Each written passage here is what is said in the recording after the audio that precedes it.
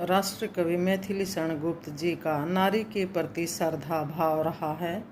उन्होंने गौतम बुद्ध की पत्नी यशोधरा नामक महाकाव्य की रचना की थी। उसमें उन्होंने नारी की पीड़ा को, वेदना को ही दिखाया है।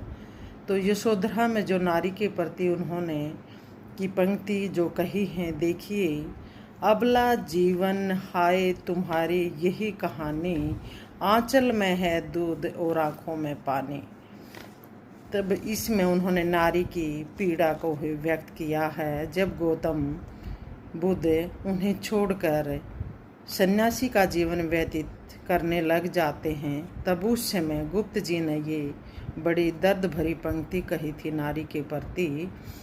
16 वर्ष की आयु में उनका विवाह यशोधरा का गौतम से हो जाता। सिद्धार्थ गौतम से बाद में वो गौतम बुद्ध बने थे और उन्होंने 29 वर्ष की आयु में एक बेटे को जन्म दिया जिसका नाम राहुल था।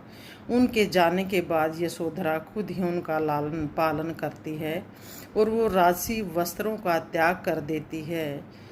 सिर्फ पीला वस्त्र ही धारण करती है, एक सन्यासिनी का जीवन व्यतीत करती है।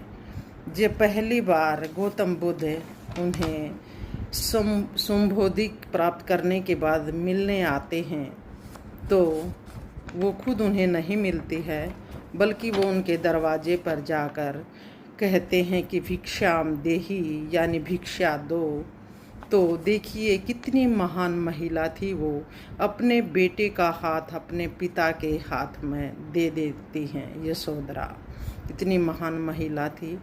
और उनका गुप्त जी ने बड़ा ही मार्मिक वर्णन किया है इन पंक्तियों के माध्यम से कि अबला जीवन हाय तुम्हारी कहानी, आंचल में है दूध और आँखों में पानी। कितनी दर्द भरी जो दास्तान है उन्होंने इन पंक्तियों के माध्यम से कही है, उनकी पीड़ा को व्यक्त किया है।